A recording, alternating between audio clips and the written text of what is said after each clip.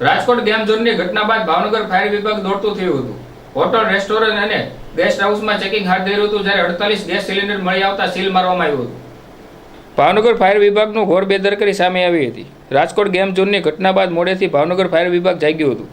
રાજકોટ જેવી ઘટનાનું ભાવનગરમાં નિર્મળ થાય તેવા ગેમ ઝોન અને હોટલ, રેસ્ટોરન્ટ મળી આવ્યા હતા। અનેકના જીવ ગુમાવ્યા બાદ ઘોર નિંદ્રામાંથી ફાયર વિભાગે કામે લાગતા એક ગેમ ઝોનમાં સ્મોક સિસ્ટમ બંધ હોવાનું સામે આવ્યું હતું। જ્યારે વરતેજ ખાતે આવેલા ગેમ ઝોન પાસે ફાયર એનઓસી હતી જ નહીં, છતાં ધમધમતું હતું।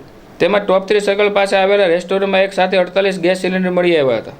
ત્યારે મોડેથી જાગેલા ફાયર વિભાગ દ્વારા કોઈ મોટી ઘટનાની રાહ જોઈ રહ્યા હોય તેવી રીતે ફાયર સેફટીના નામે કોઈ ચેકિંગ કેમ કરતું ન હતું, તે મોટો સવાલ ઉઠી રહ્યો છે। હાલ મનપા કમિશનર દ્વારા સૂચના આપ્યા બાદ ફાયર ચીફ ઓફિસર સહિતનો કાફલો દોડતો થયો હતો। તેવામાં અત્યાર સુધીમાં કોઈ કામગીરી કરી હતી કે કેમ? હાલ મનપા ફાયર ટીમ જે રીતે ચેકિંગ કરી રહી છે, અનેક જગ્યાઓ પર ફાયરના નામે ગેરરીતિ ઝડપાઈ રહી છે, ત્યારે મનપા ફાયર વિભાગના ચેકિંગ બાદ ગેમ ઝોન અને હોટલ, રેસ્ટોરન્ટ સહિતના એનઓસી લઈને શરૂ કરશે કે કેમ? માત્ર કાગળ પર બાંહેધરી આપી ફરીથી ધમધમતા થશે તેવું જોવું રહ્યું।